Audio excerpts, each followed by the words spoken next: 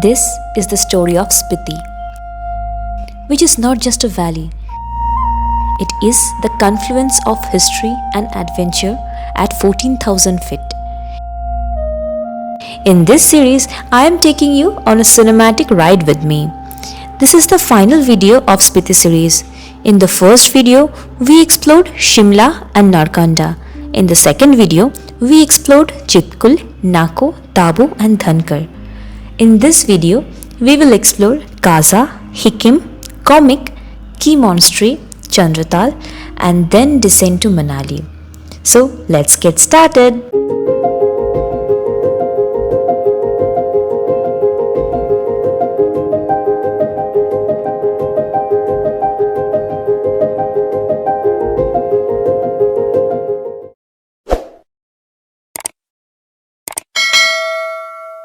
In my last video, we had reached Kaza and spent our first night there. We kept our day 8 a little light so we could explore Kaza and nearby areas without any rush. Good morning from Kaza. So yesterday night we reached Kaza and we'll be staying here tonight as well. So we are staying in a mud house and I'll share the view that is around me, which is astounding now.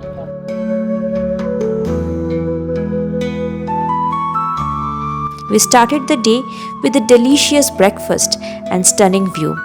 It was a bright sunny day, and as we moved towards Langza Gompa, the surrounding became more and more breathtaking. With a 360-degree view of snow-capped peaks and barren, otherworldly landscapes, it is truly feeling like we had landed on another planet. The Langza Buddha statue in Spiti Valley is a 20-foot tall golden effigy of Maitreya Buddha, also known as the future Buddha. Situated on a hilltop, it overlooks Langza village, symbolizing peace and positivity. Local believe it protects the village from the natural disaster and evil spirits. Our next stop was Komic village, one of the highest inhabited village in the world. And yes, don't miss the pizza at the world's highest restaurant, surprisingly delicious. From Komic, we headed to the Hikkim post office, the highest post office of the world. We all sent letters to our parents from there, a small yet heartfelt gesture. We returned to Kaza and visited the popular Piti Cafe, known for its good food and lovely surroundings. But the day wasn't over yet. That night, we went for stargazing again at Langza and were fortunate enough to witness the Milky Way and distant galaxies under a clear sky. The day ended with pure magic. Good morning from Kaza. ये देखो नज़ारे. So we'll be starting from here and we'll be staying in Chandratal for one night. So see you there. We started our day 9 a bit early as a long journey awaited us. Our first destination was the iconic Key Monastery, the postcard picture of Spiti. Located on a hilltop, this monastery is named for its dramatic settings, rich history, and a role as a center of Buddhist learning. To get the best view, you will need to hike a bit beyond the viewpoint, though the road can be tricky. The journey passed through the Kibber Wildlife Sanctuary, famous for snow leopards during winter. Next, we stopped at Chicham Bridge, the highest suspension bridge in Asia, situated at an altitude of 13,596 feet. It connects the village of Chicham and Kibber, offering awe-inspiring views. After Chicham, the landscape changed dramatically, surreal, otherworldly, and truly breathtaking. I have been to Ladakh too, but this terrain was something entirely new. One of our friends even drove the tempo traveler for a while, and he did a splendid job. As we continued, the road condition began to worsen. We stopped at Moksha Losar for lunch and enjoyed some tasty chow mein and pasta.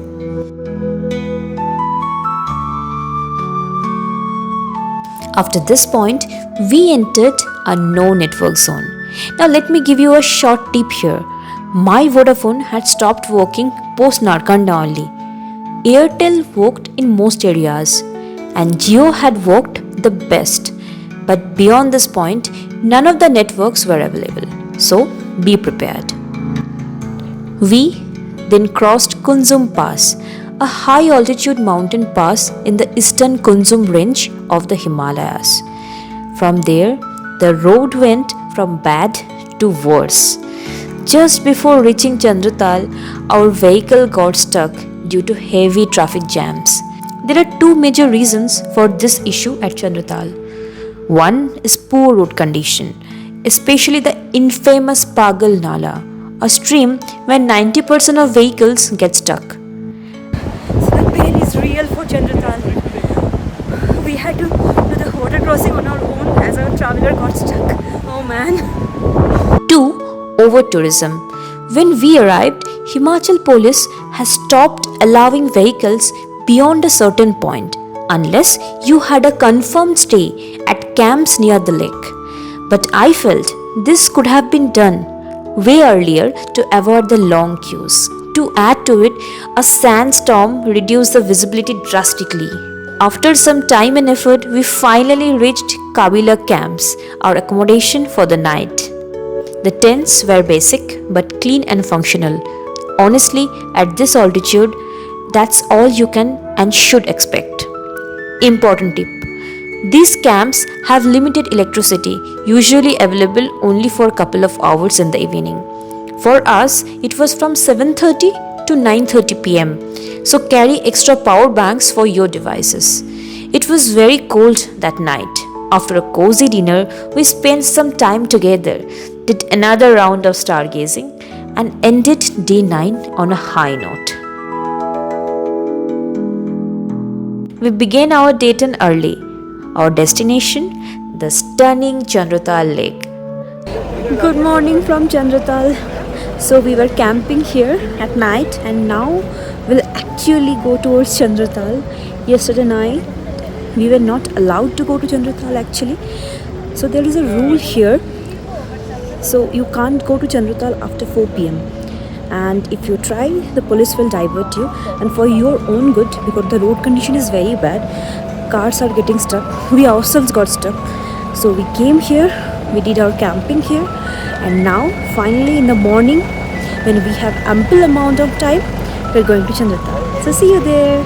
From the parking area, you need to walk a short distance to catch your first glimpse of the lake.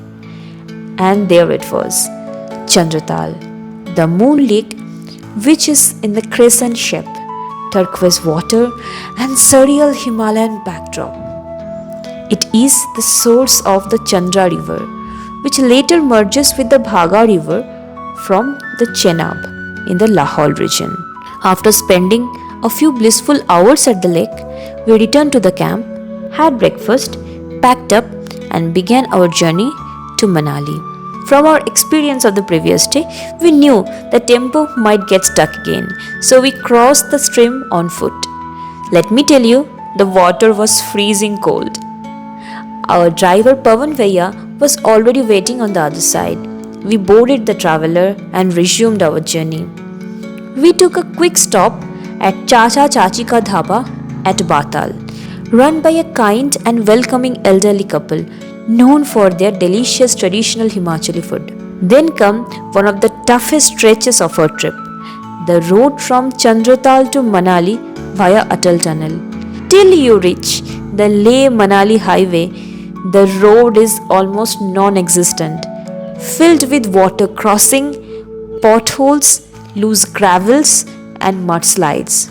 At several places, you are literally driving over rocky paths with walls of blackened ice around you, turned black by road dust. So if you have a back injury or you are an elderly, consider twice before attempting this route. The only blessing, the landscape, which again changes dramatically as you approach Manali. We took random stops near waterfalls to click pictures and to give rest to our troubled spines. We stopped for a hot Maggie break before moving on. The Leh Manali highway is stunning, and so is the Atal Tunnel. The interesting thing, you can see a stark difference in both landscapes and weather on either side of the tunnel. As soon as we crossed over to the Manali side, it became foggy and the scenery turned lush and green. But then came the infamous Manali traffic. Coming from Bangalore, I always thought I have seen the worst traffic until Manali proved me wrong.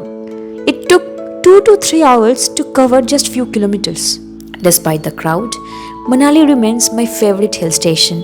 It is beautiful year round, though clearly overcrowded this time. We finally reached our hotel, which was tucked away from the main road, a peaceful end to a long journey. Our final day began with the beautiful view of Bias River from the balcony. It was time to say goodbye to Himachal. We enjoyed a relaxed breakfast together and then started our journey to Chandigarh. That's it for Spiti series. See you on my next series.